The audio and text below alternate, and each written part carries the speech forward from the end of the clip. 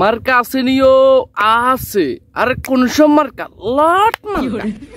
আরে লট মার্কা, কোন সব মার্কা? লট মার্কা। আরে পথে মতে কে রয়েছে? লিটন কুমার দাস রয়েছে। তারপরে কে রয়েছে? সাকিব আল হাসান রয়েছেন। তারপরে কে রয়েছেন? জাকের আলী রয়েছেন। আমাদের সেরা ফিনিশার জাকের আলী রয়েছেন। তারপরে কে রয়েছেন? তারপরে রয়েছেন আমাদের সেই একমাত্র অলরাউন্ডার সাকিব আল হাসান। পয়েন্টে আসেন। সাদাকে সাদা, কালাকে কালা বলতে দেন। এখানে কোনো পাশাতে আসি নাই।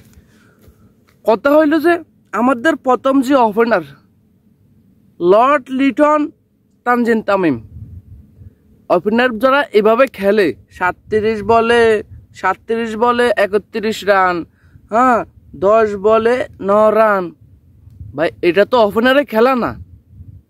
আমার তো মনে হয় যে কালকের খেলাটা এটা একটা আমাদের এলাকা ভিত্তিক একটা টুর্নামেন্ট হয়েছে। এটারে ভাই আমি এটারে কোনোভাবে T20 ওয়ার্ল্ড কাপের সুপার 8-এর খেলা মনে করি নাই। কারণ না, এটা কোনো খেলা ভাই। আমাদের আছে 150 রানের পুঁজি, এখন 200 রান হয়ে গেছে। এটা আমাদের সবচেয়ে বড় অপরাধ। তানজিম তামিমের আউটটা ভাই দেখলাম যে বল বাইরে, ওরে এখন দেখি যে আইসিসি রিভিউ নেনের লগে লগে দেখি যে বল বরাবর স্ট্যামে। কি রে ভাই, এটা কি? তারপরে তাইলেন সাকিব আল হাসান, তিনিও কিছু করার নাই। এরপরে আইলেন তহিদ হৃদয়, লাখ খারাপ। গত ম্যাচে অবস্থা খারাপ, এই ম্যাচে অবস্থা খারাপ, 2 ম্যাচ লাখ খারাপ। তারপরে আইলেন মাহমুদুল্লাহ রিয়াদ, তিনিও সেম অবস্থা, লাখ খারাপ। গত ম্যাচও যাই, এই ম্যাচও সেই। তারপরে যায় আমাদের রিশাদ। বাইরে রিশাদ যখন খেলতে আসে ছক্কা মারে তখন মাঠটা ছোট লাগে। আর আমাদের লিটন দাস যখন এভাবে করে ক্যাচ খেলে, আমাদের ফারামিতে যখন আমরা খেলতাম না আগে, ক্যাচ খেলতাম, লিটন সেম এরকম। লিটনের সময় আইলে ওই মাঠটা বিশাল বড় হয়ে যায়, লিটনও ঘুরে তো অনেক কষ্ট। তারপরে বল যায় না, বল মাঠের অর্ধেক যায়, ক্যাচ উঠে যায়। আর যখন রিশাদে মারে তখন মাঠটা ছোট। রিশাদে 10 বলে 24 রান, ভাবা যায়। আর আমাদের সেরা ফিনিশার জাকের আলী। আমার কত হইলো ভাই, জাকের আলী রে কিনলে না আমারে কও, কেন জাকের আলী লওয়া হয়েছে? জাকের আলী জাগাত আমাদের এনামূলক বিজয় খারাপ, এনামূলক বিজয় আছে। তারপরে যায় সাইফুদ্দিন আছে, মেহেদী হাসান মিরাজ আছে। তাদেরকে তো অন্তত বিপরীত রাখছে, তাদেরকেও তো নামান দরকার ছিল না। এটা তো ভাই এলাকা ভিত্তিক টুর্নামেন্ট না, এটা তো দেশের একটা সিরিজ না, এটা তো T20 world cup. Zaker Ali 4 বলে 1 রান, কি দরকার ছিল?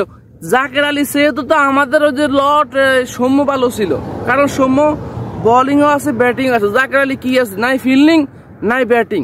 তারপরে বারবার জাকের আলী নামা হয় কেন ভাই? আমাদের বোলিং এত স্পিনার কি দরকার?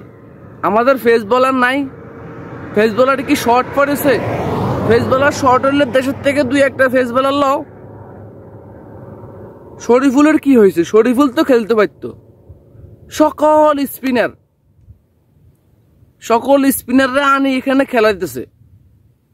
বাবা ক্যাপ্টেন, আপনাকে ধন্যবাদ, আপনি ভালো একটা টিম খেলাইছেন, আপনাকে বিশাল একটা ধন্যবাদ দিই। আপনি অনেক বড় সাধনা দিয়ে খেলাইছেন না, আপনার কথা কি বলবো, আপনি তো ফর্মে ছিলেন, বহুত বড় ছক্কা মারছেন আপনি। কিন্তু এতগুলা স্পিনার আপনি না নিলে চলতো, দরকার ছিল ফেস বোলার। আর কি বলতাম ভাই, বুমরার কথা কি বলতাম? বুমরা 4 ওভারে 13 রান 2 উইকেট। ভাই তাকে নিষিদ্ধ করা হোক ইন্ডিয়া থেকে, বেলে তার আর খেলা হবে না। কারণ তার বল কেউ খেলতে পারে না, কেউ না, বাংলাদেশের কেউ খেলতে পারে না। আমাদের বাংলাদেশের অলরাউন্ডার কোন, মিডিল ওয়াল কোন, ওপেনার কোন, ফিনিশার কোন, কেউ খেলতে পারে না। তার বল ডট যায়, শোকে দেয় না, গাত লাগে, হ্যান করে ত্যান করে, এলবি হয়, কত কিছু হয়।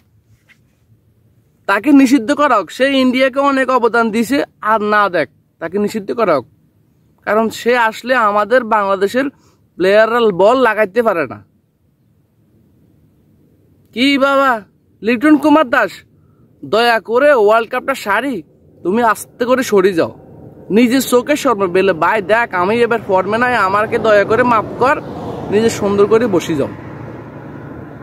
কে আমাদের কি বিপরীত কোনো প্লেয়ার ছিল না?